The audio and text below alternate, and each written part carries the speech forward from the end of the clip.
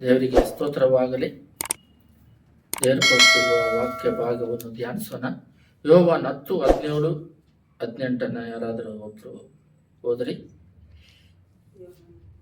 ನಾನು ತಿರುಗಿ ಪಡಕೊಳ್ಳುತ್ತೇನೆಂದು ನನ್ನ ಪ್ರಾಣವನ್ನು ಕೊಡುತ್ತೇನೆ. ಅದರ ನಿಮಿತ್ತವಾಗಿ ತಂದೆಯು ನನ್ನನ್ನು ಪ್ರೀತಿಸುತ್ತಾನೆ. ನನ್ನ ಪ್ರಾಣವನ್ನು ಯಾರೂ ನನ್ನಿಂದ ತೆಗೆಯರು. ನನ್ನಷ್ಟಕ್ಕೆ ನಾನೇ ಅದನ್ನು ಕೊಡುತ್ತೇನೆ. ಅದನ್ನು ಕೊಡುವುದಕ್ಕೆ ನನಗೆ ಅಧಿಕಾರ ಉಂಟು. ಅದನ್ನು ತಿರುಗಿ ಪಡಕೊಳ್ಳುವುದಕ್ಕೆ ನನಗೆ ಅಧಿಕಾರ ಉಂಟು. ಪ್ರಾರ್ಥನೆ ಮಾಡೋಣ. ಸ್ತುತಿ ಮಧ್ಯದಲ್ಲಿ ನಿವಾಸ ಮಾಡುವ ಪರಲೋಕ ತಂದೆಯೇ, ಈ ಕೊಟ್ಟಿರುವ ವಾಕ್ಯ ಭಾಗವನ್ನು ಧ್ಯಾನಿಸಕ್ಕೆ ಹೋಗ್ತಾ ಇದ್ದೀವಿ. ನೀವು ಮಾತಾಡ್ರಿ, ಕಾರ್ಯ ಮಾಡ್ರಿ, ಕ್ರಿಯೆ ಮಾಡ್ರಿ. ಯೇಸುವಿನ ನಾಮದಲ್ಲಿ ಬೇಡಿದ್ದೇವೆ ತಂದೆಯೇ, ಆಮೆನ್. ನೋಡ್ರಿ, ಈ ದಿನದಲ್ಲಿ ಏನು ಮಾತಾಡಬೇಕು ಅಂತೇಳಿ ಪ್ರೇರೇಪಣೆ ಹುಟ್ಲಿ ಅಂತೇಳಿ ಧ್ಯಾನ ಮಾಡ್ತಿದ್ದಾಗ ದೇವರ ಶಕ್ತಿ,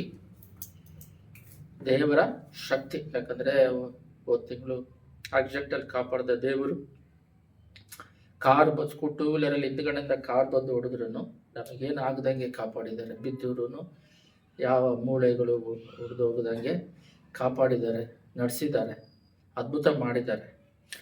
ಅದು ಮಾತ್ರವಲ್ಲ, ದೇವರು ಈ ಲೋಕದಲ್ಲಿ ಯಾವ ಥರ ಶಕ್ತಿ ಇಟ್ಕೊಂಡು ನಡೆಸ್ತಾ ಇದ್ದಾರೆ ಅಂತ ಹೇಳಿ ಧ್ಯಾನಿಸೋಣ, ನಿಮಗೆಲ್ಲ ತಿಳಿಸೋಣ ಅಂತ ಹೇಳ್ಬಿಟ್ಟು ಪ್ರೇರೇಪಿಸಿದ್ರು. ಅಂದರೆ ದೇವ್ರನ್ನ 2-3 ಜಾಗದಲ್ಲಿ ಒಂದು ಕೀಳಾಗಿ ದೇವ್ರನ್ನ ನೋಡ್ತಾರೆ ಕ್ರಿಶ್ಚಿಯನ್ನಲ್ಲಿ. ಏನಂತ ಹೇಳಿದ್ರೆ, ಅವರು ಬಂದ್ಬಿಟ್ಟು ಒಂದಾಗಿ ಕೀಳಾಗಿ ಅವ್ರನ್ನ ನೋಡೋದು ಏನಂತ ಹೇಳಿದ್ರೆ, ಎಲ್ಲ ಗಮನ ಇಟ್ಟು ಕೇಳ್ರಿ. ಒಂದೇನಂದ್ರೆ, ಅವರು ಮನುಷ್ಯನಾಗಿ ಬಂದ್ರಲ್ಲ, ಮನುಷ್ಯನಾಗಿ ಬಂದಾಗ ಅವನ ಸಿಲುಬೆಯಲ್ಲಿ ಹೊಡಿತಾರೆ. ಅವ್ರ ದೇವ್ರಂದ್ರೆ ಹೆಂಗ್ ಹೊಡ್ತಾ ತಿಂತಾರೆ ಅಂತೇಳಿ. ಆದರೆ ಗಾಡ್ಸ್ ಪವರ್, ಇವತ್ತು ದೇವರ ಶಕ್ತಿಯನ್ನು ನಾವು ಧ್ಯಾನಿಸೋಣ. ಅದ್ರ ಬಗ್ಗೆನೇ ಇವತ್ತು ನಾವು ಧ್ಯಾನಿಸ್ತಾ ಇರೋದು. ಅಂದ್ರೆ ಅದೊಂದು ಪ್ರೋಸೆಸ್. ಅಂದ್ರೆ ದೇವರದು ಒಂದು ಸ್ವಭಾವ ಅಂತ ಒಂದಿದೆ. ಆ ಸ್ವಭಾವದಲ್ಲಿ ನಾವು ನಿಲ್ಬೇಕು. ಇವತ್ತು ನಾವು ಏನ್ ಧ್ಯಾನಿಸಕ್ ಹೋಗ್ತಾ ಇದೀವಿ ಅಂತ ಹೇಳಿದ್ರೆ, ದೇವರ ಒಂದು ಶಕ್ತಿಯನ್ನು ನಾವು ಇವತ್ತು ಧ್ಯಾನಿಸ್ಬೇಕಾದ್ರೆ ದೇವ್ರ ಮೇಲೆ ನಮಗೆ ಪ್ರೀತಿ, ಭಯ, ಒಂದು ನಡುಕ, ಇಂಥ ದೊಡ್ಡ ದೇವರ ಅನ್ನುವ ಒಂದು ಭಾವನೆ ನಮ್ಮ ಹೃದಯದಲ್ಲಿ ಹುಟ್ಟುತ್ತೆ. ಅದಕ್ಕೋಸ್ಕರನೇ ದೇವರು ಈ ಧ್ಯಾನ ಭಾಗಕ್ಕಾಗಿ ವಾಕ್ಯವನ್ನು ಕೊಟ್ಟಿದ್ದಾರೆ. ಏನಂತ ಹೇಳಿದ್ರೆ, ದೇವರನ್ನ ಯಾರು ಕೊಲೆ ಮಾಡೋಕ್ಕಾಗಲಿಲ್ಲ. ಆದರೆ ದೇವ್ರು ಬಂದು ಒಂದು ಪ್ರೋಟೋಕಾಲ್ ಇಟ್ಟಿದ್ದಾರೆ. ಇವಾಗ ಒಂದು ಉದಾಹರಣೆಗೆ, ಯಾರೋ ಒಬ್ಬ ಇಂಡಿಯಾ ದೇಶದಲ್ಲಿ ಒಂದು ಜಡ್ಜು, ಅವರು ಸಿಗ್ನಲ್ ಇಟ್ಬಿಟ್ಟು ಆ ಸಿಗ್ನಲಲ್ಲಿ ವೆಯ್ಟ್ ಮಾಡಬೇಕು, ಆ ಸಿಗ್ನಲ್ನ ದಾಟಿ ಹೋಗ್ಬಾರ್ದು ಅಂತೇಳಿ ಒಂದು ನಿಯಮ ಇಟ್ಟಿರ್ತಾರೆ ಅಂತ ಇಟ್ಕೊಳ್ಳಿ. ಎಲ್ಲ ಗಮನ ಇಟ್ಕೊಳ್ಳಿ. ಆ ಟೈಮಲ್ಲಿ ಯಾರೋ ಒಬ್ಬರು ಏನು ಮಾಡ್ತಾರೆ, ಅದನ್ನ ಸಿಗ್ನಲ್ನ ದಾಟಿ ಹೋಗ್ತಾರೆ. ಆ ರೂಲ್ಸ್ನ ಇಟ್ಟಿದ್ದೇ ಅವ್ರ ಮಗನೇ ದಾಟ್ತಾರೆ, ಇಲ್ಲ ಅವರೇ ದಾಟ್ತಾರೆ. ಅವ್ರೇನು ದಾಟಿದ್ರೂ ಅದಕ್ಕೆ ಪನಿಷ್ಮೆಂಟ್ ಇರುತ್ತೆ. ನಾಂತ ರೂಲ್ಸ್ ಹಾಕಿದೆ, who made rules cannot break rules. ಅವರೇ ರೂಲ್ಸ್ ಮಾಡಿದ್ರೂ ಅದನ್ನ ಅವರೇ ಬ್ರೇಕ್ ಮಾಡೋಕ್ಕಾಗೋದಿಲ್ಲ. ಒಂದು ಮನುಷ್ಯನಿಗೆ ಈ ರೀತಿ ಇರ್ಬೇಕಾದ್ರೆ ಸೃಷ್ಟಿಕರ್ತನ ನೀತಿ ಉಳ್ಳ ನ್ಯಾಯಾಧಿಪತಿ. ಅದರಿಂದ ಅವರೊಂದು ಪ್ರೋಟೋಕಾಲ್ ಇಟ್ಟಿದ್ದಾರೆ. ಏನಂತ ಹೇಳಿದ್ರೆ, ಒಂದು ಎಸೆಕೆಲಲ್ಲಿ ಒಂದು ವಾಕ್ಯ ಇದೆ, ಎಸೆಕೆಲ್ 18:20. ಅದ್ರಲ್ಲಿ ಏನಿದೆ ಅಂದ್ರೆ, ಪಾಪ ಮಾಡುವವನೇ ಸಾಯುವನು. ಏನು? ಪಾಪ ಮಾಡುವವನು ಸಾಯುವನು. ಪಾಪ ಮಾಡಿದವರು ಸಾಯ್ತಾರೆ. ಎಲ್ಲ ಗಮನ ಇಟ್ಕೊಂಡ್ರೆ ಜೀಸಸ್ ಪವರ್ ಅನ್ನು ಇವತ್ತು ನಾವು ನೋಡೋಣ. ಪಾಪ ಮಾಡಿದವರೆಲ್ಲ ಸಾಯ್ತಾರೆ. ಆದರೆ ಯೇಸು ಸ್ವಾಮಿ ಪಾಪ ಮಾಡಿಲ್ಲ. ದೇವರು ಮಾಡಿಲ್ಲ. ಬಟ್ ಅವ್ರನ್ನ ಕೊಂದಾಕಿದ್ರೆ ಅವ್ರು ಏನಾಗ್ಬೇಕು? ಸಾಯ್ಬೇಕು.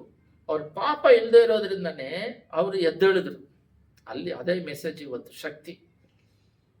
ಪಾಪ ಇರೋವನು ಸತ್ತಂಗೆ, ಅವನು ಎದ್ದೇಳೋದಿಲ್ಲ. ಅವನು ಇವರಲ್ಲಿ ಪಾಪ ಇಲ್ಲದೆ ಇರೋದ್ರಿಂದನೇ ಅವರು ಸಿಲುಬೆಗೆ ಹಾಕಿದ್ರು ಅವರು ಯೇಸು ಸ್ವಾಮಿ ತನಗೆ ತಾನೇ ಎದ್ದೇಳ್ತಾರೆ. ಅದೇ ಈ ವಾಕ್ಯ. ನಾವು ಇವಾಗ ಈ ವಾಕ್ಯವನ್ನು ಧ್ಯಾನಿಸೋಣ. ಪಾಪ ಮಾಡಿದವರು ಸಾಯ್ತಾರೆ. ಇಲ್ಲಿ ನೋಡ್ರಿ, ಅದರ ನಿಮಿತ್ತವಾಗಿ ತಂದೆಯು ನನ್ನನ್ನು ಪ್ರೀತಿಸ್ತಾನೆ, ನನ್ನ ಪ್ರಾಣವನ್ನು ಯಾರು ನನ್ನಿಂದ ತೆಗೆಯರು.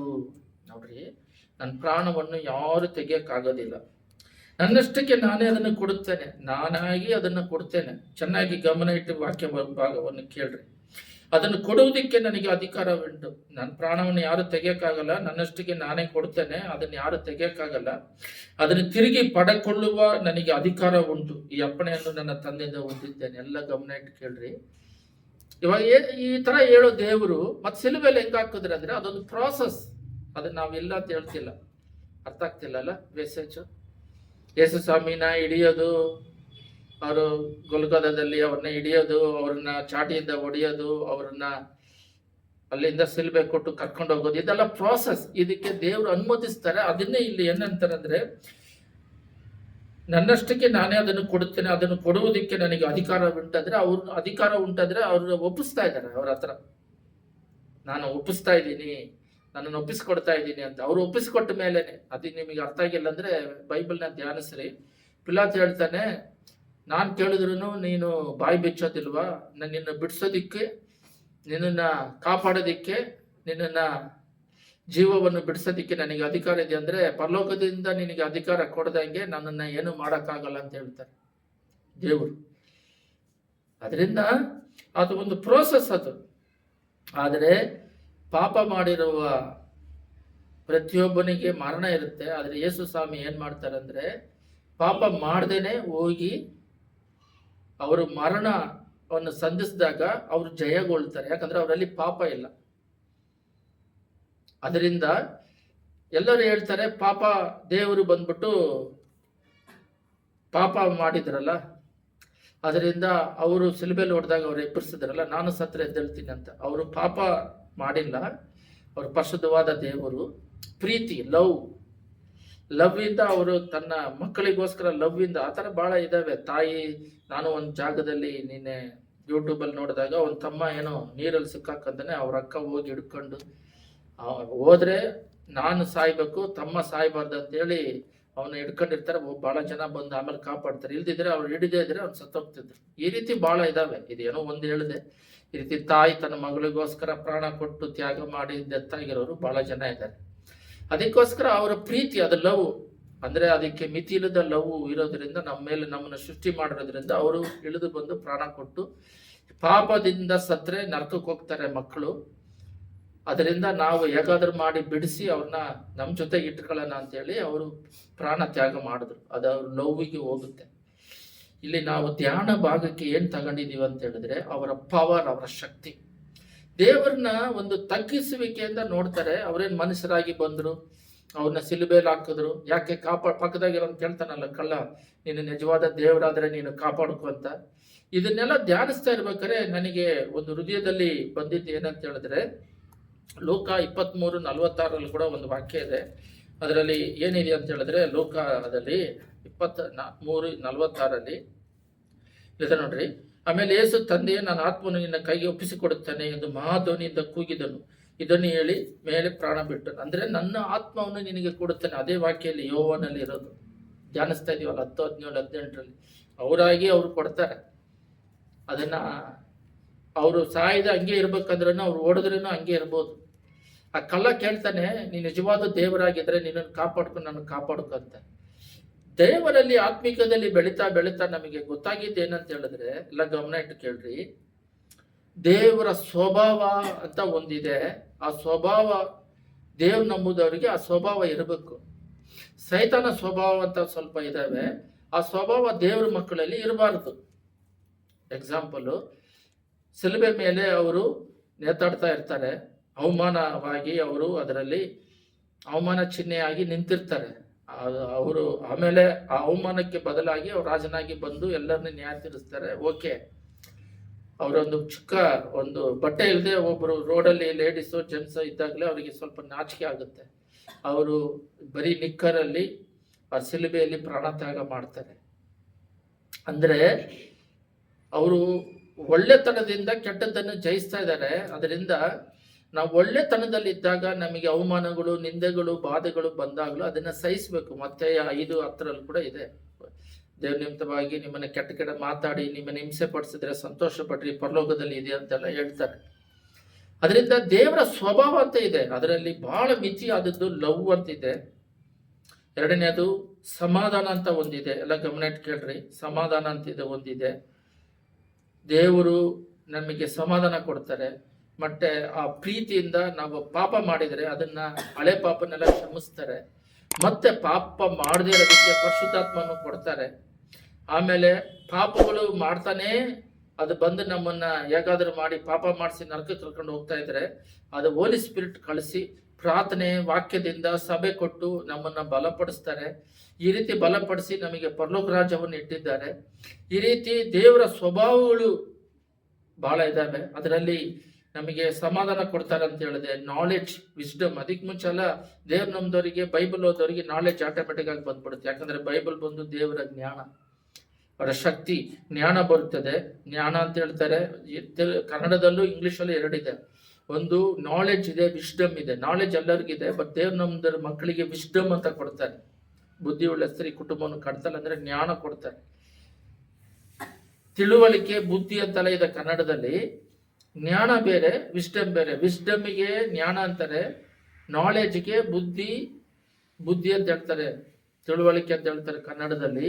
ನಾಲೆಡ್ಜ್, ವಿಸ್ಡಮ್ ಇರೋರು ಭಯಂಕರವಾಗಿ ಅದರಿಂದನೇ ಎಲ್ಲವನ್ನು ನಿಭಾಯಿಸ್ತಾರೆ. ಬರೀ ಕುಟುಂಬ ಮಾತ್ರ ಅಲ್ಲ, ದೊಡ್ಡ ದೊಡ್ಡ ಕಾರ್ಯಗಳನ್ನು, ದೊಡ್ಡ ದೊಡ್ಡ ಸಭೆಗಳನ್ನ, ದೊಡ್ಡ ಕಾರ್ಯ ಮಾಡೋದಿಕ್ಕೆ ಅವರಿಗೆ ಅಷ್ಟು ಮಟ್ಟಿಗೆ ದೇವರ ಕೃಪೆ ಕೊಟ್ಟು ದೊಡ್ಡ ಕಾರ್ಯ ಮಾಡೋದಿಕ್ಕೆ ಬಲ ಕೊಡ್ತಾರೆ. ಮತ್ತೆ ಧೈರ್ಯ ಕೊಡ್ತಾರೆ, ಒಳ್ಳೆ ಮನಸ್ಸಾಕ್ಷಿ ಕೊಡ್ತಾರೆ, ಹಂಬಲ್ನೆಸ್, ತಾಳ್ಮೆ ಕೊಡ್ತಾರೆ. ಅದು ಅವಾಗಲೇ ಹೇಳ್ದಂಗೆ ಮಿತಿ ಮೀರಿದ ನಾವು ಬೇರೆಯವ್ರನ್ನ ಪ್ರೀತಿ ಮಾಡೋದು, ದೇವ್ರ ಪ್ರೀತಿ ಮಾಡ್ದಂಗೆ ಪ್ರೀತಿ ಮಾಡೋದು, ಇತರನ್ನ ಪ್ರೀತಿ ಮಾಡಿ ಅವರು ನರಕಕ್ಕೆ ಹೋಗ್ಬಾರ್ದು ಅನ್ನುವ ಪ್ರೀತಿ ಕೊಡ್ತಾರೆ. ಇದೆಲ್ಲ ದೇವರ ಸ್ವಭಾವದಲ್ಲಿ ಅಡಗಿದೆ. ನಾವೇನ್ ಮಾಡ್ತಾ ಇದ್ದೀವಿ, ಯೇಸು ಸ್ವಾಮಿನ ಸಿಲುಬೆಯಲ್ಲಿ ಹಾಕಿದ ತಕ್ಷಣ ಅವ್ರನ್ನೇನು ಕಾಪಾಡಕ್ಕಾಗಲ್ಲ ಅಂತ ಹೇಳಿದ ಮೇಲೆ ಅವಾಗ ಪೇತ್ರು ಹೋಗಿ ರೋಮರ್ ಸಿಪಾಯಿ ಕಿವಿನ ಕಟ್ ಮಾಡಿದಾಗ ಯೇಸು ಸ್ವಾಮಿ ಹೇಳ್ತಾರೆ, ನಾನು ಲೇಗಿಯೋ, ಎಷ್ಟು ದೊಡ್ಡ ದೇವದೂತರನ್ನ ಕರೆದ್ರೆ ಎಷ್ಟು ಬರ್ತಾರೆ, ನನ್ನ ಕಾಪಾಡಲಿಕ್ಕೆ ನನಗೆ ಗೊತ್ತಿಲ್ವಾ ಅಂತ ಹೇಳ್ಬಿಟ್ಟು ಅವನ್ನ ಬೈದ ಕಿವಿನ ಹಿಂಗಿಟ್ಟಾಗ ಅದು ಅಟ್ಕೊಂಡ್ಬಿಡುತ್ತೆ. ಅಂದ್ರೆ ನನ್ನ ಕಾಪಾಡಕ್ಕೆ ಗೊತ್ತಂತಾರೆ. ಆ ಪವರ್ ಹೇಳ್ತಾ ಇದ್ದೀನಿ. ಮತ್ತೆ ದೇವ್ರನ್ನ ಹಿಡಿಯಕ್ ಬಂದಾಗ ಯಾರಿಲ್ಲಿ ಯೇಸು ಅಂದ್ರೆ ಅಯಾಮ್ ಅಂತ ಹೇಳ್ತಾರೆ, ಅವ್ನ ಹಿಂದೆ ಸರಿದು ಬಿದ್ದ ಅಂತಿದ್ದಾರೆ. ಅಯಾಮ್ ಅಂತ ಹೇಳಿದ್ರೆ ಅವ್ರೇನು ಮಾಡಿಲ್ಲಲ್ಲ, ಯಾಕೆ ಹಿಂದೆ ಬೀಳ್ಬೇಕು? ಅಂದ್ರೆ ಅವ್ರ ಸಿಲುಬೆಗೆ ಹೋಗೋದಿಕ್ಕೆ ಅವ್ರನ್ನ ದೇವರು ತನ್ನನ್ನು ಒಪ್ಪಿಸಿಕೊಟ್ಟಿದ್ದಾರೆ ಹೊರತು ಅವ್ರನ್ನ ಯಾರು ಟಚ್ ಮಾಡಕ್ಕಾಗಲ್ಲ. ಇದು ದೇವರ ವಾಕ್ಯ. ಎರಡನೇದಾಗಿ ಎಲ್ಲರೂ ದೇವ್ರನ್ನ ಕೀಳಾಗಿ ನೋಡೋದು. ಎರಡನೇದು ಏನಂತ ಹೇಳಿದ್ರೆ ಸೈತಾನ್ ಬಂದ್ಬಿಟ್ಟು ಯೇಸು ಸ್ವಾಮಿನ ಶೋಧಿಸ್ದ. ಅದು ಬೈಬಲಲ್ಲಿ ಇದೆ, ನೀವು ತೆಗೆದು ಹೋದ್ರಿ. ಅವ್ರು ಪೂರ್ತಿ ಮಾನವನಾಗಿ ಬಂದ್ರು, ಅವರು ಮಾನವನಾಗಿದ್ರು. ಆ ಮಾನವನಾಗಿದ್ದಾಗ ಅವರು ಬೈಬಲಲ್ಲಿ ಇದೆ, ನೀವು ಓದಿದಾಗ ಗೊತ್ತಾಗುತ್ತೆ, ಕೊರಿತರೆಲ್ಲ ಇದೆ. ಮೊದಲನೇ ಆದಾಮ ಬಂದ್ಬಿಟ್ಟು ಇದ್ರು, ಇವ್ರು ಎರಡನೇ ಆದಾಮ ಅಂತಾನು ಹೋಲಿಸ್ತಾರೆ. ಯಾಕಂದ್ರೆ ಮೊದಲನೇ ಆದಾಮ ಬಂದು ಸೋತಾಕ್ಬಿಟ್ಟ ಸೈತಾನ್ ಹತ್ರ, ಹಣ್ಣು ತಿನ್ನಂದ್ರೆ ಅವನು ಅದನ್ನ ತಿಂದು. ಬಟ್ ಅದನ್ನೇ ಉಪವಾಸ ಇದ್ದು ಇದು ಕಲ್ಲನ್ನು ರೊಟ್ಟಿಯಾಗಿ ತಿನ್ನಂದ್ರೆ ದೇವರು ಅನುಮತಿಸ್ತಾರೆ ಸೈತಾನ್ ಶೋಧನೆ ಮಾಡೋದಿಕ್ಕೆ. ಆದ್ರೆ ಆದಾಮನ್ನ ಅವರೇ ಡೈರೆಕ್ಟ್ ಆಗಿ ಶೋಧಿಸಿದಾಗ ಅವ್ನು ಬಿದ್ದೋದ. ಇವನು ಶೋಧಿಸಿದಾಗ ಇವ್ರಿಗೆ ಗೆಲ್ತಾರೆ ಮನುಷ್ಯನಾಗಿ ಪ್ಯೂರ್, ದೇವರಾಗಿ ಅವರಲ್ಲ. ಅದರಿಂದ ಅವರು ಅನುಮತಿಸ್ತಾರೆ ದೇವರನ್ನ ಶೋಧಿಸಬಾರ್ದು. ಎರಡನೇ ಸಾರಿ ಅಲ್ಲಿಂದ ಕೆಳಗಡೆ ಬೀಳು ಅಂದ್ರೆ ದೇವರನ್ನ ಶೋಧಿಸಬಾರ್ದು ಅಂತಾರೆ. ಆ ಲಾಸ್ಟ್ ಅಲ್ಲಿ ಮೂರನೇದು ನೋಡ್ರಿ, ನೀನು ಈ ಭೂಮಿ ಎಲ್ಲ ನನಗೆ ಕೊಡಲ್ಪಟ್ಟಿದೆ, ಅವನಿಗೆ ಹೆಂಗೋಯ್ತು? ಅದರಿಂದ ನೀವು ಸಾಷ್ಟಾಂಗ ನಮಸ್ಕಾರ ಮಾಡಂದ್ರೆ ಅದನ್ನೇ ಅವ್ರ ಸಿಲುಬೆಯಲ್ಲಿ ಪಾಪ ಮಾಡಿದವರೆಲ್ಲರನ್ನು ಅವ್ರು ಕರ್ಕೊಂಡು ಹೋಗ್ತಿದ್ರು. ಅದನ್ನ ಜಯಿಸಿ ನಮಗೆ ಪರಲೋಕ ರಾಜ್ಯ ಇಟ್ಟಿದ್ದಾರೆ. ನಾವು ಅಲ್ಲಿಗೆ ಹೋಗೋದಿಕ್ಕೆ ಜೀವತ್ಯಾಗ ಮಾಡಿದ್ದಾರೆ. ಸತ್ತವರು ಪುನರುತ್ಥಾನ ಆಗೋದಿಕ್ಕೆ ಯೇಸು ದಾರಿ ತೋರಿಸಿದ್ದಾರೆ. ಹಳೆ ಒಡಂಬಡಿಕೆಗೆ ಯೋನೋಕು ಸ್ಟಾರ್ಟಿಂಗ್ ಅಲ್ಲೇ 7ನೇ ತಲೆಮಾರು ಎಲಿಯ, ನಮಗೆ ಯೇಸು ಪ್ರಭು. ಸತ್ತವರು ಪರಲೋಕ ರಾಜ್ಯಕ್ಕೆ ಎತ್ತಲ್ಪಡ್ತಾರೆ ಅಂತ ಹೇಳೋದಿಕ್ಕೆ ಉದಾಹರಣೆಗೆ. ಈ ರೀತಿಯಾಗಿ ಎಲ್ಲ ಜಾಗದಲ್ಲೂ ಅವರು ತನ್ನನ್ನ ತೋರಿಸ್ಕೊಡ್ತಾ ಇರ್ತಾರೆ. ಎಲ್ಲ ಗಮನ ಇಟ್ಟು ಕೇಳ್ರಿ. ಆದ್ರೆ ಎಲ್ಲ ಒಂದು ವಾಕ್ಯ ಹೋದ್ರಿ, ನಾವೆಲ್ಲರೂ ಫಿಲಿಪಿಯರ್ 2:6-8 ಧ್ಯಾನಿಸೋಣ. ದೇವ ಸ್ವರೂಪನಾಗಿದ್ದರು, ಅವರು ದೇವರ ಸ್ವರೂಪನಾಗಿದ್ದರು. ದೇವರಿಗೆ ಸರಿ ಸಮಾನನಾಗಿರುವನೆಂಬ ಅಮೂಲ್ಯ ಪದವಿಯನ್ನು ಬಿಡಲಲ್ಲದೆ ಎಂದೆನಿಸದೆ ತನ್ನನ್ನು ಬರಿದು ಮಾಡಿಕೊಂಡು ದಾಸನ ರೂಪವನ್ನು ಧರಿಸಿಕೊಂಡು ಮನುಷ್ಯರಿಗೆ ಸಾದೃಶ್ಯನಾದ. ಇಲ್ಲಿದೆ ನೋಡ್ರಿ, ಅವರು ಮನುಷ್ಯನಾಗಿ ಬಂದಿದ್ದು, ಅವರು ದೇವರಾಗಿ ಬಂದಿಲ್ಲ. 33 ವರ್ಷ ಅವರು ಮನುಷ್ಯನಾಗಿ ಇದ್ದಿತ್ತು. ನಮಗೆ ಹೆಂಗೆ ಚುಚ್ಚಿದ್ರೆ ನೋವುತ್ತೋ ಅದನ್ನೇ ಹೇಳ್ತಾರೆ ಒಂದು ಜಾಗದಲ್ಲಿ, ನಿಮ್ಮ ಕಷ್ಟಗಳು ಏನ್ ಬರ್ತಾವೋ ಅದನ್ನೆಲ್ಲ ನಾನು ಸಾಧಿಸಿ ಜಯಿಸಿದ್ದೇನೆ, ನಿಮ್ಮ ಕಷ್ಟಗಳು ನನಗೆ ಗೊತ್ತು, ಅದರಿಂದ ಅದನ್ನೆಲ್ಲ ಬಿಡುಗಡೆ ಮಾಡೋದಕ್ಕೆ ಪರಿಶುದ್ಧಾತ್ಮ ನಮಗೆ ಯಾವ ರೀತಿ ಅಪೊಸ್ತಲರು ಅಲ್ಲಿ ಕೂಡ 10:38 ನಜರೇತನ ಯೇಸುವನ್ನು ಪರಿಶುದ್ಧ ಆತ್ಮದಿಂದಲೂ ಅಭಿಷೇಕ ಮಾಡಿದ್ರು ಅಂತಿದೆ. ಆ ಅಭಿಷೇಕದಿಂದ ಅವರು ದೆವ್ವಗಳನ್ನ ವ್ಯಾಧಿಗಳನ್ನ ಓಡಿಸಿ ತಿರುಗ್ತಾ ಇದ್ರು ಅಂತ ಸ್ಪಷ್ಟವಾಗಿದೆ. ಅವ್ರಿಗೂ ಅದೇ ತರನೇ ಮನುಷ್ಯನಾಗಿದ್ದವರು, ಅವರ ಮೇಲೆ ಅಭಿಷೇಕ ಇತ್ತು. ಅವರು ನಾನ್ ಮಾಡಿದ ಕಾರ್ಯಕ್ಕೆ ನೀವು ಇನ್ನೂ ದೊಡ್ಡ ಕಾರ್ಯ ಮಾಡ್ತಿರಂದ್ರು. ಅವ್ರು ಏನೇನ್ ಮಾಡಿದ್ರು ಅದನ್ನೆಲ್ಲ ಈಗಲೂ ದೇವರ ಮಾಡ್ತಾ ಇದ್ದಾರೆ. ಅವರು ಮನುಷ್ಯನಾಗಿ ಬಂದಿದ್ದಕ್ಕೆ ಇಲ್ಲಿದೆ ನೋಡಿ, ದಾಸನ ಸ್ವರೂಪ ಧರಿಸಿಕೊಂಡು ಮನುಷ್ಯರಿಗೆ ದಾಸನಾದನು. ಈಗ ಆತನ ಆಕಾರದಲ್ಲಿ ಮನುಷ್ಯನಾಗಿ ಕಾಣಿಸಿಕೊಂಡಾಗ ತನ್ನ ತಗ್ಗಿಸಿಕೊಂಡು ಮನುಷ್ಯನಾಗಿದ್ದಾಗ ತಗ್ಗಿಸಿಕೊಂಡು ಮರಣವನ್ನು ಅಂದರೆ ಶಿಲುಬೆ ಮರಣವನ್ನಾದರೂ ಹೊಂದುವಷ್ಟು ವಿಧೇಯನಾದನು. ಈ ಕಾರಣದಿಂದ ದೇವರು ಆತನ ಅನ್ಯುನ್ನತ ಸ್ಥಾನಕ್ಕೆ ಏರಿಸಿ ಎಲ್ಲ ಹೆಸರುಗಳಿಗಿಂತ ಶ್ರೇಷ್ಠವಾದ ಹೆಸರನ್ನು ಆತನಿಗೆ ದಯಪಾಲಿಸಿದ್ದಾನೆ. ಆದುದರಿಂದ ಸ್ವರ್ಗ ಮಧ್ಯ ಪಾತಾಳದವರೆಲ್ಲರೂ ಯೇಸುವಿನ ಹೆಸರಿನಲ್ಲಿ ಅಡ್ಡ ಬಿದ್ದು ಯೇಸು ಕ್ರಿಸ್ತನನ್ನು ಒಡೆಯನೆಂದು ಪ್ರತಿಜ್ಞೆ ಮಾಡಿ ತಂದೆಯಾದ ದೇವರಿಗೆ ಗಣವನ್ನು ಸಲ್ಲಿಸುವನು. ನಮಗೆ ಮೂರು ದೇವರಾದ್ರೆ ಮೂರು ದೇವರ ಒಂದ್ ದೇವರ? ನಮಗೆ ಮೂರು ದೇವರಂದ್ರೂ ಕರೆಕ್ಟೇ, ಒಂದು ದೇವರಂದ್ರೂ ಕರೆಕ್ಟೇ. ನೀವು ಒಂದಂದ್ರೆ ನಾನು ಮೂರು ಅಂತೀನಿ, ಮೂರು ದೇವ್ರು ನಮಗೆ ಅಂತೀನಿ. ಅವಾಗ ನೀವು ಒಂದು ದೇವ್ರು ಅಂತೀರಿ. ಹೆಂಗಂದ್ರೆ ಒಂದು ಮನುಷ್ಯನಿಗೆ ಮೂರಿದೆ, ಸತ್ತ ಮೇಲೆ ಅವನ ಶ್ವಾಸ ಬಂದ್ಬಿಟ್ಟು ಪ್ರಸಂಗ ಏನಿದೆ ತನ್ನ ದೇವರ ಹತ್ರ ಹೋಗುತ್ತೆ ಅಂತ. ಶರೀರ ಮಣ್ಣಿಗೆ ಹೋಗುತ್ತೆ, ಎಲ್ಲರೂ ಮಣ್ಣಿಗೆ ಹಾಕಿಕೊಳ್ಳು ಅಂತ ಅಳ್ತಾರೆ. ಆತ್ಮ ಬಂದ್ಬಿಟ್ಟು ಪಾಪ ಮಾಡಿದ್ರೆ ನರಕಕ್ಕೆ ಹೋಗುತ್ತೆ, ಪರಿಶುದ್ಧವಾಗಿದ್ರೆ ಪರಲೋಕ ರಾಜ್ಯಕ್ಕೆ ಹೋಗುತ್ತೆ. ಮನುಷ್ಯನಿಗೆ ಮೂರಾಗಿ ಡಿವೈಡ್ ಆಗುತ್ತೆ. ಯಾಕೆ? ಮೊಟ್ಟೆಗೆ ಐತೆ, ಮೇಲೆ ಬಂದ್ಬಿಟ್ಟು ಚಿಪ್ಪೆ ಐತೆ, ಅದ್ರ ಒಳಗಡೆ ಬೆಳ್ಳಗಿರುತ್ತೆ, ಅದ್ರ ಒಳಗಡೆ ನೀಲಿ ಕಲರ್ ಇರುತ್ತೆ. ಎಲ್ಲೋ ಅಂದ್ರೆ ಇಂಗ್ಲಿಷ್. ಅದರಿಂದ ಮೊಟ್ಟೆಗೆ ಮೂರೈತೆ, ಅದು ಬಂದು ಒಂದು ಇದಾಗುತ್ತೆ. ಆ ತರ ಒಂದು ಮೊಟ್ಟೆನೂ ಮೂರಿದೆ, ಮನುಷ್ಯನೂ ಮೂರಿದೆ, ದೇವರಿರಕ್ಕಾಗೋದಿಲ್ವಾ? ಅದರಿಂದ ಅವರು ತ್ರಿಯೇಕ ದೇವರಾಗಿ ಇದ್ದಾರೆ. ಆದರೆ ಒಬ್ಬರೇ. ನಮಗೆ ದೇವರು ಮೂರ ಅಂತ ನಾನು ಕೇಳಿದ್ರೆ ನೀವು ಒಬ್ರು ಅಂತ ಹೇಳ್ತೀರ. ಅದು ಒಬ್ರ ಅಂತ ಕೇಳಿದ್ರೆ ಇಲ್ಲ ಮೂರು ಅಂತ ಹೇಳ್ತೀರ. ಅಂದ್ರೆ ಮೂರು ಕರೆಕ್ಟೇ, ಒಬ್ರು ಕರೆಕ್ಟೇ. ಅಂದ್ರೆ ಪಿತಾ ಕುಮಾರನ್ ಪರಿಶುದ್ಧಾತ್ಮ. ಇವಾಗ ನಾವೇ ಮೂರಿದೆಯಲ್ಲ, ಮೊಟ್ಟೆನೂ ಮೂರೈತಲ್ಲ, ಆ ರೀತಿ ಮೂರಾಗಿರುವ ನಾವು ಇದಕ್ಕೆ ಮುಂಚೆ ಒಂದು ಮೂರು ಹಗ್ಗವನ್ನು ಹಾಕಿ ಅವಾಗೆಲ್ಲ ತೊಪ್ಪ ಬಾವಿಯಲ್ಲಿ ಹಾಕಿ ನೀರು ಸೇರ್ತಾ ಇದ್ರು ತೋಟಗಳಿಗೆ. ಅವಾಗೆಲ್ಲ ಮೋಟರ್ಗಳು ಕರೆಂಟ್ಗಳು ಇಲ್ಲದೆ ಇದ್ದ ಕಾಲದಲ್ಲಿ ವ್ಯವಸಾಯ ಮಾಡೋರು.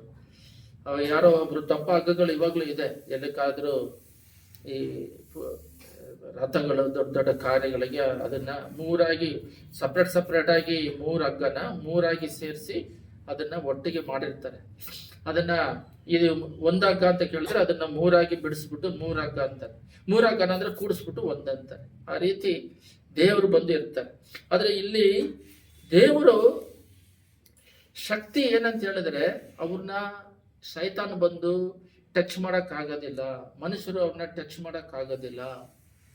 ಅವ್ರ ಸೃಷ್ಟಿಕರ್ತನು ಸೈತಾನನು ಬಂದು ಎಷ್ಟೋ ಸಲ ಹೇಳಿದ್ದೀನಿ, ಮೋಸ ಶರೀರಕ್ಕೆ ಬಂದಾಗ ಅಲ್ಲಿ ಬಂದಿದ್ದು ದೇವದೂತನೇ, ಡ್ಯಾನಿಯಲ್ಗೂ ದೇವದೂತನೇ. ಗೇಬ್ರಿಯಲ್ ಬಂದಾಗ ಮೀಕಾಲ್ ಬಂದ್ಬಿಟ್ಟು ಅವ್ರನ್ನ ಖಂಡಿಸ್ತಾರೆ. ಎಲ್ಲದಕ್ಕಿಂತ ದೊಡ್ಡದಾಗಿ ಪ್ರಕಟಣೆ 20 ಕೂಡ 1000 ವರ್ಷ ಅವನನ್ನ ನರಕದಲ್ಲಿ ಹಾಕೋದು ದೇವದೂತರೇ. ಅಂದ್ರೆ ದೇವರು ಈ ಲೋಕಕ್ಕೆ ಬರೋದಿಕ್ಕೆ, ಒಂದು ತಾಯಿ ಮಡಿಲಲ್ಲಿ 9 ತಿಂಗಳು ಇರೋದಿಕ್ಕೆ ತನ್ನನ್ನು ತಾನೇ ತಗ್ಗಿಸಿಕೊಂಡ್ರು. ಅದನ್ನ ನಾವು ನೋಡಬೇಕು.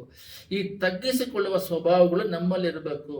ನಾವೇನ್ ಮಾಡ್ತೀವಿ, ಜನಗಳು ಜಾಸ್ತಿ ಜನ ದೇವ್ರು ನಮ್ದೇ ಇರೋದ್ರಿಂದ ಅವರ ಸ್ವಭಾವಗಳು ಈಗೋ ಪ್ರಾಬ್ಲಮ್ಮು. ನಿನ್ನೆ ಒಂದು ಚಿಕ್ಕ ಮೆಸೇಜ್ ಅನ್ನು ನೋಡಿದೆ, ಒಂದು 3 ಮಿನಿಟ್ ಮೆಸೇಜ್ ಒಂದು ಸೇವಕರು ಮಾತಾಡಿದ್ದು. ಅವ್ರೇನ್ ಮಾಡ್ತಾ ಇದ್ದಾರೆ ಅಂದ್ರೆ, ಇದನ್ನ ಧ್ಯಾನಿಸಿ ಪ್ರಾರ್ಥನೆ ಮಾಡೋಣ. ಡ್ರೆಸ್ಸಿಗೂ ಸ್ಪಿರಿಚುವಲ್ಗೂ ಏನು ಸಂಬಂಧ? ಕೋಟು ಸೂಟ್ ಎಲ್ಲ ಬಂದಿದೆ, ಬರೋದು ತಪ್ಪಂತಲ್ಲ. ಈ ಬಿಸಿಲು ಕಾಲದಲ್ಲಿ, ಈ ಬಿಸಿಲಲ್ಲಿ ಅದೆಲ್ಲ ಏನಕ್ಕೆ ಬರ್ತೈತೆ? ಒಂದು ಸೇವಕರು, ಅವ್ರ ಹೆಸರು ಕೂಡ ಹೇಳ್ತೀನಿ, ತಮಿಳ್ನಾಡಲ್ಲಿ ಸ್ಟೀಫನ್ ಅಂತ ಹೇಳ್ಬಿಟ್ಟು ರಿವೈವಲ್ ಮಿನಿಸ್ಟ್ರಿ, ಅವರು ಒಂದ್ಸಲ ಕೋಟ್ ಹಾಕೊಂಡು ಪ್ರಸಂಗ ಮಾಡ್ತಿದ್ರಂತೆ. ಕನಸಿನಲ್ಲಿ ಬಂದು ದೇವರು ದರ್ಶನ ಕೊಟ್ಟಂದ್ರೆ ಏನಂದ್ರೆ, ಇಬ್ರು ಚಿಕ್ಕ ಕುಳ್ಳು ಮನುಷ್ಯರು, ಜೋಕರ್ಗಳು, ಸರ್ಕಸ್ ಅಲ್ಲಿ ಏನೇನೋ ಜೋಕ್ಗಳು ಮಾಡ್ತಾ ಇದಾರಂತೆ. ಅಲ್ಲಿ ಕುತ್ಕೊಂಡಿರೋರೆಲ್ಲ ನೋಡಿ ನಗ್ತಾ ಇದಾರಂತೆ. ಅಂದ್ರೆ ಎಲ್ಲರನ್ನು ನಗ್ಸಕ್ಕೋಸ್ಕರ ಜೋಕರು ಏನೇನೋ ತರಲೆ ಕೆಲಸ ಮಾಡ್ತಾ ಇದ್ದಾರೆ. ಇವ್ ನಾವು ಹೊಡಿಯೋದು ಅದು ಮಾಡ್ತಾ ಇದ್ದಾನಂತೆ. ಅವಾಗ ಈ ಹೃದಯದಲ್ಲಿ ದೇವ್ರು ಮಾತಾಡಿದ್ರಂತೆ, ಕುತ್ಕೊಂಡು ನೋಡ್ತಿರೋರೆಲ್ಲ ಒಂಥರ ಡ್ರೆಸ್ ಹಾಕೊಂಡಿದ್ದಾರೆ, ಯಾರು ಕೋಟ್ ಹಾಕೊಂಡಿಲ್ಲ ಸರ್ಕಸ್ ಅಲ್ಲಿ. ಬಟ್ ಅಲ್ಲಿ ಜೋಕರ್ ಮಾತ್ರ ಒಂಥರ ಡ್ರೆಸ್ ಹಾಕೊಂಡಿದ್ದಾರೆ, ಆದ್ರೆ ಅರ್ಧ ಅವ್ರು ಜೋಕರ್ ತರ ಮೂಗಿಗೆ ಏನನ್ನ ಹಾಕೊಂಡು ಕುತ್ಕೊಂಡಿದ್ದಾರೆ. ಅದನ್ನ ತೋರಿಸಿ ಚರ್ಚಲ್ಲಿ ಇವ್ರು ಕೋಟ್ ಹಾಕೊಂಡು ಮೆಸೇಜ್ ಕೊಡ್ತಾ ಇದಾರೆ, ಕುತ್ಕೊಂಡಿರೋರೆಲ್ಲ ಕೋಟ್ ಹಾಕೊಂಡಿಲ್ಲ. ಅದನ್ನ ತೋರಿಸಿ ನೀನೇ ಒಂಥರ ಡ್ರೆಸ್ ಹಾಕ್ತೀಯ, ಕುತ್ಕೊಂಡಿರೋರು ಬೇರೆ ತರ ಡ್ರೆಸ್ ಹಾಕ್ತಾರ ಅಂದಾಗ, ಓಹೋ ನಾನು ಜೋಕರ್ ತರ ಇದೀನ ದೇವರ ದೃಷ್ಟಿಯಲ್ಲಿ ಅಂತ ಹೇಳಿ ಕೋಟ್ ಹಾಕೋದನ್ನ ಸ್ಟಾಪ್ ಮಾಡಿದ್ರಂತೆ. ಇವಾಗ ಎಲ್ಲಿಂದ ಫ್ಯಾಷನ್ಗಳು ಬಂತು? ಯೂತ್ ಮೀಟಿಂಗ್ ಅಂತ ಮಾಡಿ ಇದೆಲ್ಲ ಎಲ್ಲಿಂದ ಬಂತು? ಈಗೋ ಪ್ರಾಬ್ಲಮ್ ಎಲ್ಲಿಂದ ಬಂತು? ಈಗ ಅನ್ನೋದು ಸೈತಾನ್ದು, ಹಣಕ್ಕಾಗಿ ಸೇವೆ ನಡೀತಿರೋದು. ಸೇವಕರು ಏನ್ ಮಾಡ್ತಾರೆ, ಅವ್ರ ಮಕ್ಕಳನ್ನ ನಾವು ಓದಿಸ್ಬೇಕು, ನಾವು ಒಂದು ಚರ್ಚ್ ಜಾಗ ತಗೋಬೇಕು, ಚರ್ಚ್ ಕಟ್ಟಬೇಕು, ಅದರಿಂದ ಅಲ್ಲಿ ಬಂದಿರೋ ಜನಗಳ ಹತ್ರ ದುಡ್ಡು ಕೊಡ್ರಿ ಅಂತಾರೆ. ಬಟ್ ಬಂದಿರೋ ಜನಗಳ ಹತ್ರ ದುಡ್ಡನ್ನ ಎದುರು ನೋಡ್ಲೇಬಾರ್ದು. ನಾನಿದ್ದ 2 ಸಭೆಗಳು ಆತ್ಮೀಕ ಆಂಧ್ರದಲ್ಲಿ ಎಸ್ಅನ್ನ ಇಲ್ಲಿ ಜಾಕ್ಪೋನ್ ಚರ್ಚ್ ಅಲ್ಲಿ ಟ್ರೈನಿಂಗ್ ತಗೊಂಡಾಗ ಅವರು ಕಾಣಿಕೆ ಕೊಟ್ರು, ಕಾಣಿಕೆ ಬೇಡ, ಫಸ್ಟ್ ನೀನ್ ರಕ್ಷಣೆ ಹೊಂದಿ ಆತ್ಮಿಕದಲ್ಲಿ ಇರು ಅಂತ ಹೇಳ್ತಾರೆ. ಅಂದ್ರೆ ಅವರು ಎದುರು ನೋಡೋದೇನಂದ್ರೆ ಅವ್ರನ್ನ ಆತ್ಮಿಕದಲ್ಲಿ ನಡೆಸಿ ಬರುವಿಕೆಗೆ ಸಿದ್ಧ ಮಾಡೋದು. ಸೇವಕರ ಅವಶ್ಯಕತೆಗಳನ್ನ ದೇವ್ರು ಸಂಧಿಸ್ತಾರೆ. ಬಟ್ ಇವರ ದರ್ಶನ ಆತ್ಮಗಳು ಸಭೆಗೆ ಬರಬೇಕು. ಆ ಆತ್ಮಗಳು ಬಂದಾದ್ಮೇಲೆ ಅವ್ರನ್ನ ಪರಲೋಕ ರಾಜ್ಯಕ್ಕೆ ದೇವರಾಗಿ ಮಾರ್ಪಡಿಸಿ ನಡೆಸಬೇಕು. ಇಲ್ಲಿ ಎಡವಟ್ಟಾಗ್ತಾ ಇದೆ. ರಕ್ಷಣೆ ಮಾಡಿ ಸಭೆಗೆ ಬಂದ್ಬಿಟ್ಟಿದ್ದಾರೆ 200 ಜನ 300 ಜನ 30 ವರ್ಷ 25 ವರ್ಷ ಅಂತ.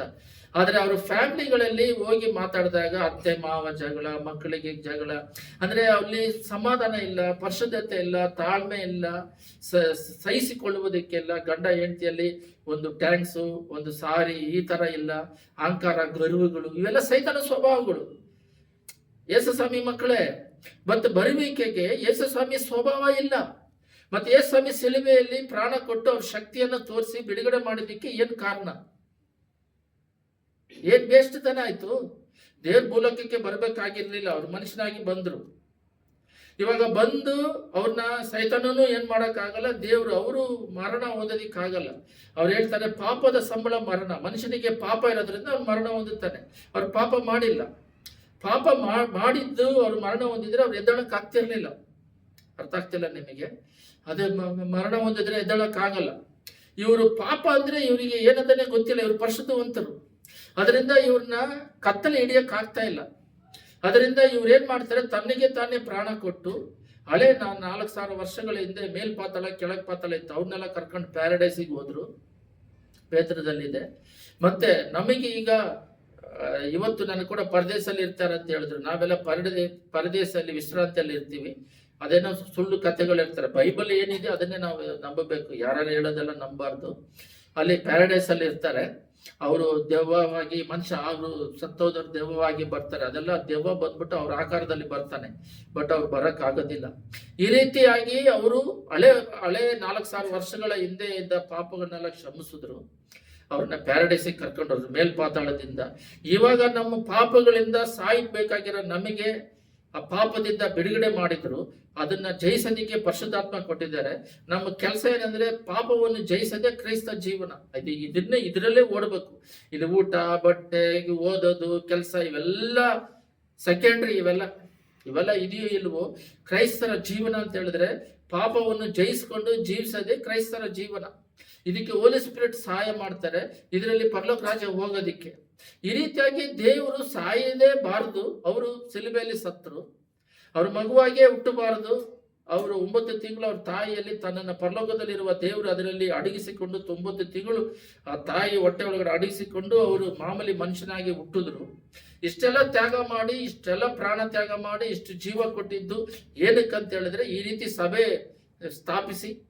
ನಿನ್ನೆ ರಾಜು ಬ್ರದರ್ ಹೋಗಿ ತಮಿಳುನಾಡಲ್ಲಿ ಕಟ್ಟಡಕ್ಕೆ ಕೋಟಿ ಖರ್ಚು ಮಾಡ್ತಿದ್ದೀರಲ್ಲ, ಆತ್ಮಗಳಿಗೆ ಖರ್ಚು ಮಾಡ್ರಿ, ಆತ್ಮಗಳನ್ನ ದೇವ್ರ ಕಡೆ ನಡೆಸಿರಿ ಅಂತ ಬೈತಾ ಇದ್ದಾರೆ. ಮಾಡ್ರಿ, ಸುಮ್ಮನೆ ಒಂದು ಕಟ್ಟಡ ಇದ್ರೆ ಸಾಕು ಆರಾಧನೆ ಮಾಡಕ್ಕೆ. ಅದಕ್ಕೇನಕ್ಕೆ ಡೆಕೋರೇಷನ್ ಕಟ್ಟಡಗಳು, ಅದಕ್ಕೆ ಫ್ಯಾಷನ್ ಆಗಿ ಕಟ್ಟಡಕ್ಕೆ ಎಷ್ಟೋ ಕೋಟಿ ಏನಕ್ಕೆ ಖರ್ಚು ಮಾಡ್ತೀರಾ? ಡ್ರೆಸ್ಸಿಗೆ ಏನಕ್ಕೆ ಖರ್ಚು ಮಾಡ್ತಿದ್ದೀರಾ? ಈಗಿನ ಕಾಲದಲ್ಲಿ ದೇವ್ರು ನಂಬ್ಕೊಂಡು ಬರೋದು ಕಮ್ಮಿ ಆಗಿದೆ ಅಂತೆ. ಈಗ ಯಾರಾದ್ರೂ ದೇವ್ರು ನಂಬ್ಕೊಂಡು ಬರ್ತೀನಿ ಅಂದ್ರೂ ಅವರ ಕೋತಿ ಚೇಷ್ಟೆಗಳು ನೋಡಿ ಬಂದವರು ಕೂಡ ವಾಪಸ್ ಹೋಗ್ತಾ ಇದ್ದಾರೆ. ಯಾಕಂದ್ರೆ ಈ ಕಾಲದಲ್ಲಿ ಆ ರೀತಿ ಸ್ಪಿರಿಚುವಲ್ನೆಸ್ ಇಲ್ಲ. ಅಂತ ಶಕ್ತಿಗಳ ದೇವರು ಸೃಷ್ಟಿ ಮಾಡಿರುವ, ಅವರೇ ಭೂಮಿ ಸೃಷ್ಟಿ ಮಾಡಿ ತಿರುಗಿಸ್ತಾ ಇರೋ ದೇವರು, ಅವರೇ ಸೂರ್ಯನನ್ನು ಸೃಷ್ಟಿ ಮಾಡಿದ ದೇವರು, ಗಂಡು ಹೆಣ್ಣನ್ನು ಸೃಷ್ಟಿ ಮಾಡಿದ ದೇವರು, ಗಾಳಿಯನ್ನು ಸೃಷ್ಟಿ, ನೀರು ಮೇಲೋದ್ರೆ ಗಾಳಿಗಳಿಲ್ಲ, ಮೂನಲ್ಲಿ ಗಾಳಿ ಇಲ್ಲ, ನೀರಿಲ್ಲ ಅಂತ ಯಾರು ಹೋಗ್ತಾ ಇಲ್ಲ. ಮನುಷ್ಯನ ಭೂಮಿಯಲ್ಲಿಟ್ಟು ಅವರಿಗೆ ಬೇಕಾಗಿರೋ ಎಲ್ಲವನ್ನು ಸೃಷ್ಟಿ ಮಾಡಿದ್ರು. 6 ದಿನದಲ್ಲಿ ಎಲ್ಲ ಮಾಡಿ ಇಟ್ಟು ಅವರೇ ಇಳಿದು ಬಂದು ಪ್ರಾಣ ಕೊಟ್ಟು ಎಲ್ಲ ತ್ಯಾಗ ಮಾಡಿ ಎಲ್ಲವನ್ನೂ ಕೊಟ್ಟರು ಕೂಡ ಆ ಸ್ಪಿರಿಚುವಲ್ನೆಸ್ ಅನ್ನೋದು ಜೀವನದಲ್ಲಿ ಇಲ್ಲ. ಅದರಲ್ಲಿ ಬಾಳೋದಿಕ್ಕೆ ಯಾರಿಗೂ ಇಷ್ಟ ಇಲ್ಲ. ಎಷ್ಟು ಕುಟುಂಬಗಳನ್ನ ನೋಡಿದ್ರು ಕೂಡ ನನಗೆ ಹಿಂದುವಾಗಿದ್ದಾಗ ನಾನು ಈ ತರ 2 ಕಿಡ್ನಿ ಹೋಗ್ಬಿಡ್ತು, ದೇವ್ರು ನಂಬ್ಕೊಂಡೆ ಬಂದೆ. ಅದನ್ನೇ 30 ವರ್ಷ 20 ವರ್ಷ ಹೇಳಿ ಕಾಲ ಓಡಿಸ್ಬಿಡ್ತಾರೆ. ಕುಟುಂಬದಲ್ಲಿ ಪ್ರಾರ್ಥನೆ, ಸ್ಪಿರಿಚುವಲ್ ಹಂಬಲ್ನೆಸ್, ಸಮಾಧಾನ, ದೀರ್ಘ ಶಾಂತಿ, ಜ್ಞಾನ, ಧೈರ್ಯ, ವಿಶ್ವಾಸ, ಮೇನು ವಿಶ್ವಾಸ, ದೇವ್ರನ್ನ ಆಧಾರ, ಚಿಕ್ಕ ಚಿಕ್ಕ ವಿಷಯ ಕೂಡ ದೇವ್ರನ್ನ ನಂಬಿ ಬದುಕೋದು. ಆ ಹೂ ಅಂದ್ರೆ ಆಸ್ಪತ್ರೆ, ಆ ಹೂ ಅಂದ್ರೆ ಸಾಲಗಾರರ ಬಾಗಿಲಿಗೆ ಹೋಗಿ ನಿಂತ್ಕೊಳ್ಳೋದು. ಇದರಲ್ಲೇ ಮುಳುಗಿ ಹೋಗ್ತಾ ಇದ್ದಾರೆ ಹೊರತು ಆ ಆತ್ಮಿಕತೆಯಲ್ಲಿ ಬೆಳೆಯೋಣ. ದೇವರ ಸ್ವಭಾವ ಅಷ್ಟು ಶಕ್ತಿ ಇದ್ರೂ ಆ ಸ್ವಭಾವ ಏನು ಸ್ವಭಾವ, ತನ್ನನ್ನು ತಗ್ಗಿಸಿಕೊಳ್ಳುವುದು. ತನ್ನ ದೇವರ ಕುಮಾರನಂದ್ರ ಅಂತ ಗೊತ್ತಿದ್ರು ಕೂಡ ತನ್ನನ್ನು ಬರಿದು ಮಾಡಿಕೊಂಡ್ರು, ಅವಮಾನ ಕೋಲದಲ್ಲಿ ನಿಂತರು. ನಮಗೆ ಯೇಸಮ್ಮಿ ನಂಬಿದಾಗ, ನಾವು ಏನು ತಪ್ಪು ಮಾಡದಾಗ, ನಮ್ಮನ್ನು ಅವಮಾನ ಪಡಿಸಿದಾಗ ಸಹಿಸಿಕೊಂಡ್ರೆ ಪರಲೋಕ ರಾಜ್ಯದಲ್ಲಿ ಬಹುಮಾನ. ಈ ರೀತಿ ಜೀವನ ಎಲ್ಲಿ ಮಾಡ್ತಾ ಇದ್ದಾರೆ? ಮತ್ತೇನೆ ಕ್ರಿಶ್ಚಿಯನ್ ಆಗಿರೋದು? ಕ್ರಿಶ್ಚಿಯನ್ ಅಂದ್ರೆ ರಿಲಿಜಿಯಸ್. ನಾವು ದೇವರನ್ನ ಬೆಂಬಡಿಸುವವರಾಗಿರ್ಬೇಕು. ಯಾರೊಬ್ರು ಪೂಜಾರಿ ದೇವ್ರನ್ನ ನಂಬಿಟ್ಟು ಅಲ್ಲ ಅಂತ ಹೇಳಿದ್ರೆ ಕರ್ತರಂತ, ದೇವರು ಕರ್ತನು ಅಂತ ಅರ್ಥ ಅಂತೆ, ಅವರು ಕರ್ತನು ಅಂತ ಹೇಳ್ತಾರಂತೆ. ಇನ್ನೊಂದು ಅವರು ಹಿಂದಿಂದ ಬಂದಿರೋದ್ರಿಂದ ಅಲ್ಲಿ ಅವ್ರು ಟ್ರಾನ್ಸ್ಲೇಷನ್ ಮಾಡ್ಬೇಕಾದ್ರೆ ಹೇಳ್ತಾ ಇದಾರಂದ್ರೆ ಅಲ್ಲಾಗೆ ಸ್ತೋತ್ರ ಅಂತಿದಾರಂತ. ಅವ್ರು ಕೇಳಿದ್ರೆ ಅದು ಅರೇಬಿಯಲ್ಲಿ ಅದೇ ಕರ್ತರ್ ಅಂದ್ರೆ ಅಲ್ಲ ಅಂತಿದಾರಂತೆ. ಅದೇ ರೀತಿ ಹಿಂದೂ ಅಲ್ಲಿ ಹೇಳಿದ್ರೆ ಆ ದೇವರ ಹೆಸರು ಹೇಳಿದ್ರೆ ಅವರು ದೇವರಿಗೆ ಸ್ತೋತ್ರ ಅಂತ ಬರ್ತಾ ಇದೆ ಅಂತ. ಈ ರೀತಿ ಎಲ್ಲರೂ ದೇವರು ಯೇಸು ಸ್ವಾಮಿನೇ ಆರಾಧನೆ ಮಾಡ್ತಿರೋದಂತ. ಇಂಥ ದೊಡ್ಡ ದೇವರು ಬರುವಿಕೆ ಸಮೀಪವಾಗ್ತಿದೆ. ಕ್ರಿಶ್ಚಿಯನಿಗೆ ಬಂದವರು ಬಹಳ ಜನ, ನಿತ್ಯ ರಾಜ್ಯಕ್ಕೆ ಪರಲೋಕಕ್ಕೆ ಹೋಜವರು ಸ್ವಲ್ಪ ಜನ ಆಗ್ಬಿಟ್ಟಿದ್ದಾರೆ. ಅದರ ಕಣ್ಗಳನ್ನ ಮುಚ್ಚಿ ಪ್ರಾರ್ಥನೆ ಮಾಡೋಣ.